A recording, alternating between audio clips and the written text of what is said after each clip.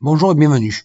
Je vous présente aujourd'hui la méthode pour aborder un sujet de bac qu'on a en 4 heures. Donc j'ai pris le modèle du baccalauréat Amérique du Nord du 21 mai 2024. Donc en premier, il faut recouvrir tout le sujet pour voir un petit peu ce qu'il y a dedans. Donc au début, on commence avec un exo sur les probas sur 5 points. Donc avec le début des questions avec un arbre. Ensuite, on prolonge l'exercice avec donc des cas qui se répètent. Donc 30 cas, on verra après dans le détail. Pour l'exo numéro 2, c'est un QCM avec 4 questions indépendantes. Et les questions, il n'y a pas besoin de justifier. Aucune justification n'est demandée. Donc sur la géométrie dans l'espace. Donc voilà, on recouvre ça rapidement. Le troisième exo concerne donc avec du logarithme népérien et la fonction inverse, donc une étude de fonction, un classique. Là, ils ont tracé la courbe. Et puis on voit une dérivée seconde apparaître, des limites. Et l'exo numéro 4, ce sont des intégrales, donc avec des suites, IN et JN. Donc là avec des inégalités, etc. Et puis on finit par un programme de calcul, donc avec du Python. Donc quand on a découvert tout le sujet, donc on va redémarrer au départ, là. Et donc pour faire le premier exo, première question, donc avec l'arbre ici, donc on fait un arbre avec R et R bar, et puis l'événement E et E bar pour le joueur qui tire une épée. Donc la première question, donc c'est ça, et puis on demande la probabilité de R inter E. Donc ça c'est le chemin pris par donc R et E, donc avec la probabilité du sachant, donc P de E sachant R, et donc on fait le produit. Pour la probabilité de tirer une épée, donc c'est P de E, donc c'est la somme des deux chemins P de R inter E plus P de R bar inter E.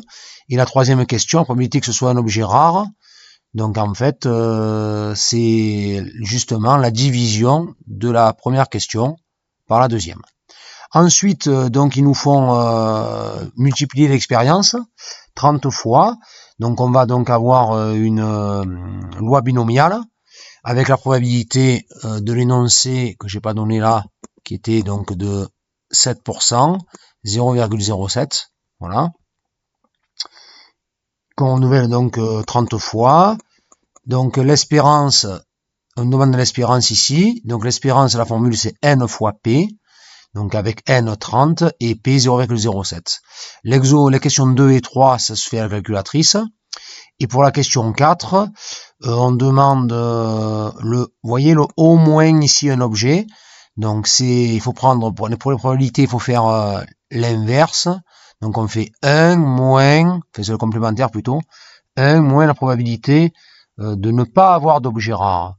Et donc grâce à ça, donc ça fait 1 moins 0,07 exposant n égale à supérieur ou égal à 0,95. Donc on va utiliser le logarithme népérien inversé donc pour trouver le n, et on trouve n supérieur ou égal à 42 pour celui-là, donc grâce au logarithme népérien. Attention, puisque comme les probabilités sont un nombre entre 0 et 1, eh bien le logarithme népérien d'un nombre entre 0 et 1 est négatif, et donc il faudra changer le sens d'une égalité. C'est un classique ça. Pour l'exo numéro 2, donc il y a plusieurs questions sur la géométrie de l'espace. Quand on a les deux points A et B ici, on peut calculer le vecteur BA. Donc 4 moins 1, 3, 1 moins 0, 1, et 0 moins 3, moins 3. Donc en fait, on a le vecteur 3, 1, moins 3, qui est le vecteur directeur de la droite AB, qui est ici. Et donc quand on regarde les propositions là, donc 3, 1, moins 3, moi j'ai déjà le C. Lui, c'est pas possible, puisque là, il n'y a pas de vecteur là. Celui-là, ici, il y a un 4, 1, et là, il n'y en a pas non plus, donc c'est pas possible. Et ici, il n'y en a pas un deuxième. Donc en fait, c'est facile, c'est le C. Pour la deuxième droite ici, la représentation paramétrique de la droite D, parmi les points suivants lesquels appartient, généralement, c'est jamais le premier point qui propose là qui fonctionne, parce que sinon les trois autres servent à rien, et puis du coup on ne s'est pas beaucoup entraîné dessus. Donc on va quand même essayer. Donc avec 7 ici, 6, et donc vous voyez le point commun, il y a 6 ici, 6 là pour le deuxième, et 6 là pour le troisième. D'accord, ils ont fait exprès, donc comme ça on trouve à chaque fois le Y qui vaut, donc si 6 égale à 6t, donc le t il vaut 1. Donc si le t vaut 1, ici, ça fait 7 là, donc ça marcherait, mais par contre là ça marche pas pour le 6. Donc en fait ça va être le R qui sera la solution pour celui-là et qu'à remplacer. La troisième question, je remonte ici, donc on demande les droites donc des primes paramétriques, là, les droites D des primes sont, donc déjà elles peuvent pas, si je remonte là, ces droites elles peuvent pas être ni parallèles, ni confondues, parce que les deux vecteurs qui sont là, donc 4, 6, moins 2 et 3, moins 2, 1, ne sont pas collinéaires. Ben c'est facile, les deux là, ils sont du même signe, 4 et 6, et là, ils n'ont pas le même signe, 3 et moins 2, donc c'est pas possible déjà. Donc après, pour savoir s'ils sont séquentes ou non coplanaires, il faut résoudre l'équation en mettant le x ici égal à celui-là, et donc on résout en t et k, et on voit que c'est pas possible. Pour celui-là, on va pas trouver le bon t et le bon k. Donc ça ne marchera pas. Et donc ça sera non coplanaire. Et pour la question 4, le point passant par I 2, 1, 0. Donc déjà je peux regarder que 2, 1, 0, il y a que celui-là qui fonctionne. Et celui-là, là, ici, parce que 2, 1 et 0, ça ne va pas faire 0 pour celui-là. Et 2, 1 et 0, ça ne fera pas 0 non plus là. Et parmi les deux, le seul qui marche, comme il faut qu'il soit perpendiculaire à la droite D, donc il faut qu'il soit dirigé, le plan, par le vecteur normal, qui est un vecteur directeur de la droite D. La droite D a pour vecteur directeur 4, 6, moins 2, là. Et donc, ici, 4, 6, moins 2, c'était le double, pour lui. Et par contre, là, c'est pas possible pour lui, parce qu'il n'y a pas de Z. Donc, c'était le A. Pour l'exemple numéro 3, donc, c'était une fonction x carré ln de x carré moins 1 sur x. Ils nous ont fourni la courbe ici, la représentative, avec la tangente en point de coordonnées 1 moins 1. Là. D'ailleurs, ce sont les questions là-dessus, donc c'est x ln de x carré moins 1 sur x. Moins 1 sur x. Donc, f' de 1, ben, c'est très facile, c'est le niveau de première, ça. On part d'ici, on décale de 1 unité et on monte de 3.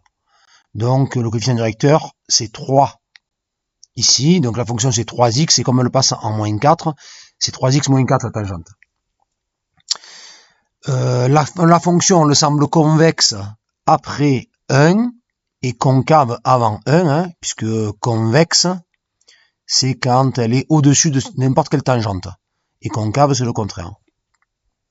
D'ailleurs, ce qui va nous faire comme exo à la suite. Donc, pour les limites, je vais remonter un peu. Là, pour les limites, voilà, les limites de en plus infini et en 0, il faut retomber sur la fonction qui est là. Voilà. Donc en 0, ici le x l'emporte sur le ln, donc ça va faire 0.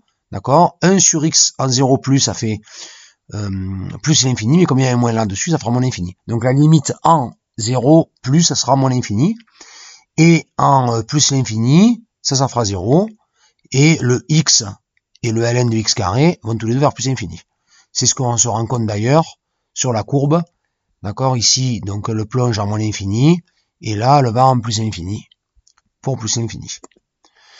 On a ensuite à calculer la dérivée f', donc c'est x fois ln de x carré, c'est la dérivée d'un produit, donc c'est u fois v, u'v plus uv'.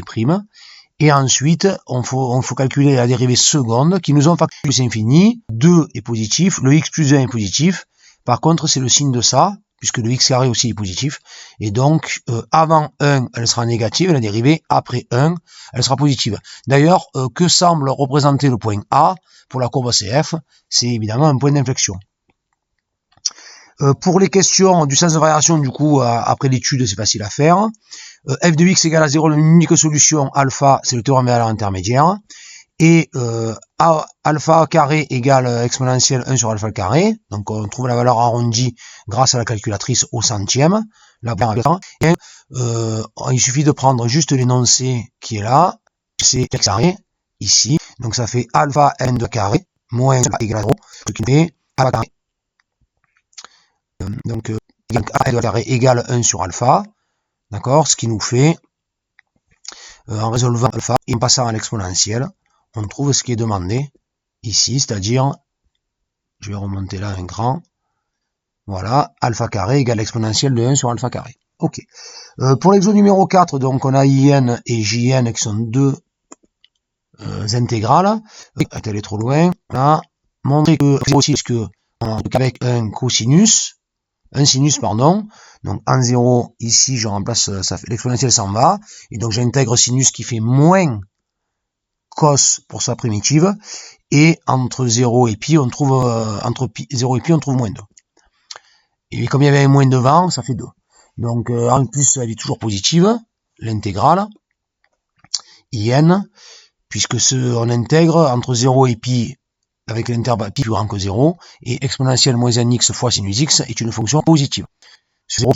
Ensuite, la majoration IN plus 1 moins 1, la cala positive est factorisée par sinus, et on trouve que c'est plus petit que 0. Et grâce à ça, on voit que la suite IN est décroissante et minorée par 0, donc elle converge. On montrera d'ailleurs que la limite c'est 0. Pour montrer que IN est plus petit que l'intégrale entre 0 et pi d'exponentielle moins nx, je vais majorer le sinus x par 1, puisque sinus x comprend 1 sur 0. Et ensuite d'intégrer ceci et montrer que IN